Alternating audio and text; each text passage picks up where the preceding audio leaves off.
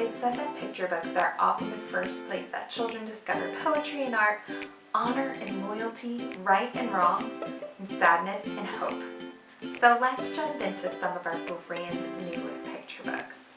The Biggest Story features a little boy, Errol, whose mom is the best storyteller. But today, he's bored out of his mind. Unfortunately for him, his mom is fixing things around the house. So his mom sends him off to tell his own story, despite his fears that he doesn't know how. Finding inspiration from a talking ant, some neighborhood cats, some paragliding sheep, and some prehistoric friends, Errol finds his confidence to tell the biggest story ever. The Biggest Story is about encouraging imaginations, facing fears by tackling them head on, and finding a confidence that grows once you do something for the first time. Errol's story is sure to inspire your little readers to create their own story, especially with the help of this story builder at the end of the book. Speaking of big stories, you may remember Emma Yarlett's stories. She's the one who brought Nibbles to life in Nibbles the Book Monster, Nibbles the Dinosaur Guide, Nibbles the Monster Hunt, as well as Dragon Post, where a young boy Alex finds a dragon in his basement and he writes some letters asking for advice. He ends up getting some responses in these wonderful letters inside of the book of how best to care for a dragon, until he realizes that you really shouldn't keep a dragon as a pet. And so he says goodbye. Well, now we have Beast Feast. This is a story about Beast and the dinner that he caught, and a dinner party that he decides to have for his friends. Beast decides to share his dinner with his friends, and as he receives the responses, he realizes that they have a lot of requests.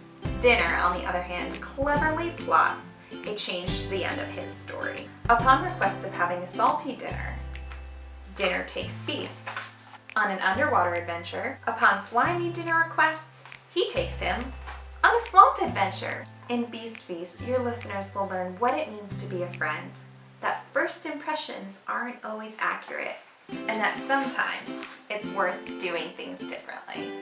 You'll be thrilled to know that we now have the second book in our Don't Tickle series.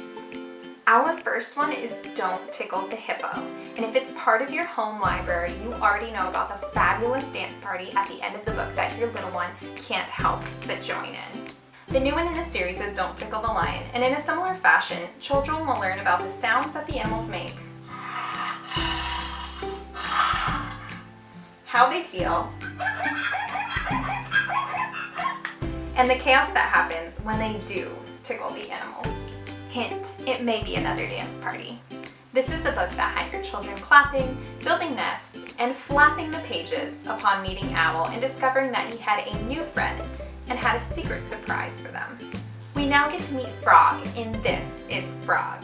This is another one that will have your readers meeting another beloved character in an interactive way that will draw in even the most distracted readers. This is Frog will have your listeners sticking out their tongues to help Frog catch flies, croaking to warn him of danger, and spinning the book around to help Frog land right side up. The second your readers see this bright pink book sticking out from their bookshelf, they're going to run and grab it and beg you to read it again.